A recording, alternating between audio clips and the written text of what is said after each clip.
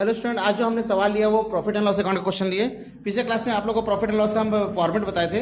आज जो हमने सवाल लिया उसका क्वेश्चन लिया, अपना ही क्वेश्चन हम तैयार किया ताकि आप लोग समझ में आ सके।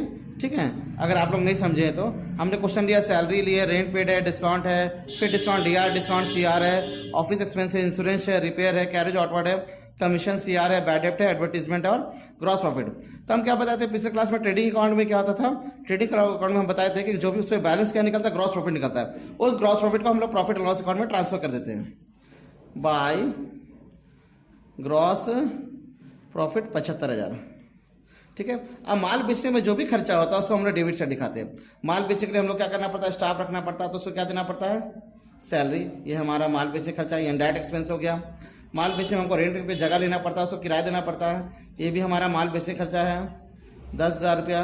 देखिए, डिस्काउंट हम लोग को ग्राहक लोगों को छूट देना भी पड़ता है और कभी कभी सप्लायर लोग से हमको छूट मिलता है, तो उसको कैसे समझेंगे। डिस्काउंट डीआर है तो इस साइड लिखेंगे,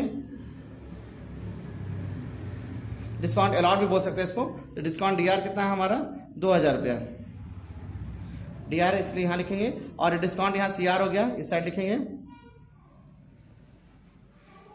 सीआर हमारा कितना हो गया, डिस्काउंट 3,000 रुपया हो गया। ऑफिस एक्सपेंस है, ऑफिस एक्सपेंस भी इनडायरेक्ट एक्सपेंस होता है, इसको भी यही लिखेंगे।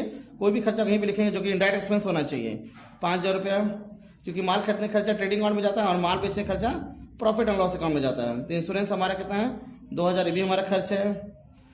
रिपेयर भी हमारा खर्च है 6,000 रुपया। माल बेचने में जो भाड़ा हम लोग को लगता है उसको क्या बोलते हैं हम लोग, कैरेज आउटवर्ड। माल बेचने में जो भाड़ा लगता है हमारा उसको कैरेज आउटवर्ड बोलते हैं। अगर इनवर्ड रहा तो ट्रेडिंग अकाउंट में जाएगा और आउटवर्ड है तो प्रॉफिट एंड लॉस अकाउंट में जाएगा। इसके अलावा कमीशन सीआर लिख दिया, तब तो यहाँ लिखना होगा कमीशन कभी कभी हमको मिलता है तो इनडायरेक्ट इनकम हो गया 5,000 रुपया। बैड डेप्ट, कभी कभी कस्टमर को कुछ पैसा डूब जाता है, उसको हम लोग बोलते हैं बैड डेप्ट। डेटर का कुछ हम लोग क्या होता है, पैसा कभी कभी रिकवर नहीं हो पाता है, उसको क्या बोलते हैं हम लोग, बैड डेप्ट। ये भी हमारा खर्च है। डूबा हुआ धन को क्या बोलते हैं, बैड डेप्ट बोलते हैं। एडवर्टीजमेंट, माल बेचने के लिए क्या करना पड़ता है हमको, विज्ञापन देना पड़ता है, ये भी हमारा खर्चा है। एडवर्टीजमेंट कितना है 5,000 है। अब इसको बैलेंस करेंगे। बैलेंस करने के क्या नहीं है, पहले इसको टोटल करेंगे। टोटल करने से हमारा हो जाएगा 75, 3 78 और 5 83,000 हो गया। ये 83,000 यहाँ भी लिख देंगे।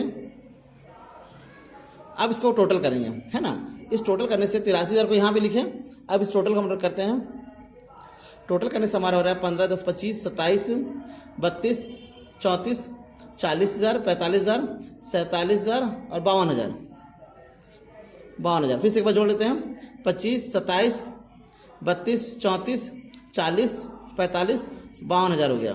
अब 83 में से 52 चला गया 1, 3, 31,000 हमारा क्या कहलाएगा, to net profit transfer to capital account. ये पैसा कहाँ चला जाएगा, कैपिटल अकाउंट, जो कि हम लोग बैलेंस शीट जब पढ़ेंगे ना तो उसको बताएंगे। 31,000 है, ठीक है।